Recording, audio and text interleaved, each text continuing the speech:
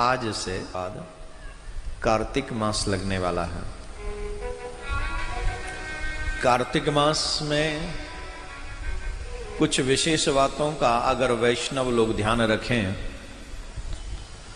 तो भगवत कृपा सहज प्राप्त होती है। मैं आपको पुराणों के अनुसार कार्तिक मास में विशेषतः क्या करना चाहिए, इनमें से कुछ चीजें भी अगर कर ली जाएं तो वैष्णव भगवान के परम धाम को ही प्रस्थान करता है। ये निश्चित है, इसमें मिलावट नहीं है। वैष्णवों का परम प्रिय मास है कार्तिक मास। पुराण कहते हैं न कार्तिको समो मासो न कृतेन समम युगम न वेद सदृशम न तीर्थम गंगया समम। कार्तिकः प्रवरो मासो वैष्णवानां प्रिय सदा। कार्तिकम स्कलम यस्तु भक्त्या सेवते वैष्णवः।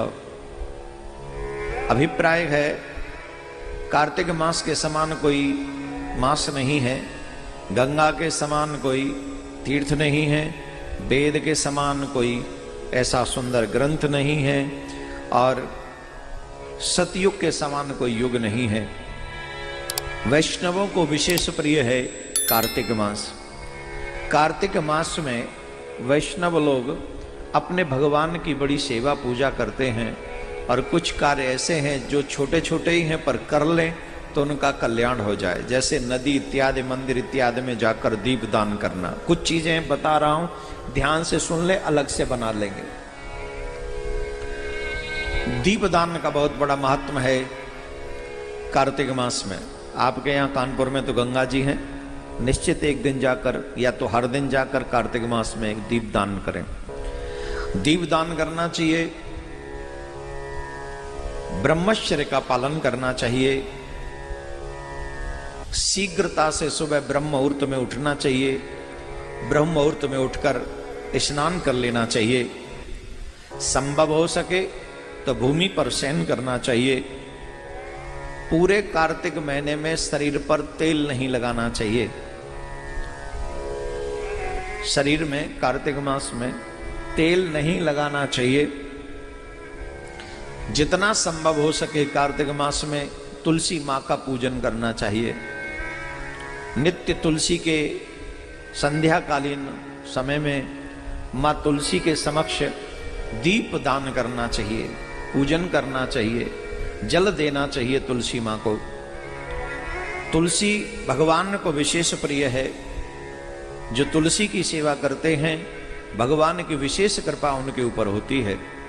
इसलिए जितना हो सके कार्तिक मास में तुलसी की सेवा करें और तुलसी विवाह में सम्मिलित होना चाहिए।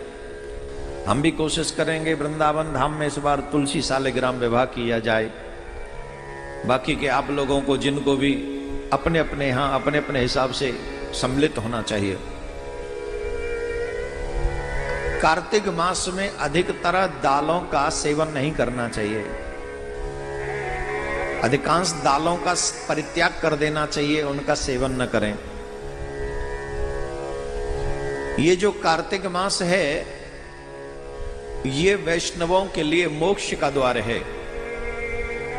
इस कार्तिक मास में आप जितना अपने गुरु के द्वारा दिए हुए मंत्र का जाप करें, गोविंद नाम का जाप करें, कृष्ण नाम का जाप करें। इस मास की अधिष्ठात्री देवी सर्वेश्वरी राधा रानी है और इस मास में जो श्यामा श्याम का पूजन करते हैं और सेवा करते हैं, सर्वेश्वरी राधा रानी उनके ऊपर अकारण ही कृपा करके उन्हें गोलोक प्रदान करती हैं। इसमें कोई दो राय नहीं है। इसलिए कार्तिक मास आने से पहले हो सके तो एक समय अन्न का भी आप नियम कर सकते हैं कि दिन में एक ही समय अन्न लेना है।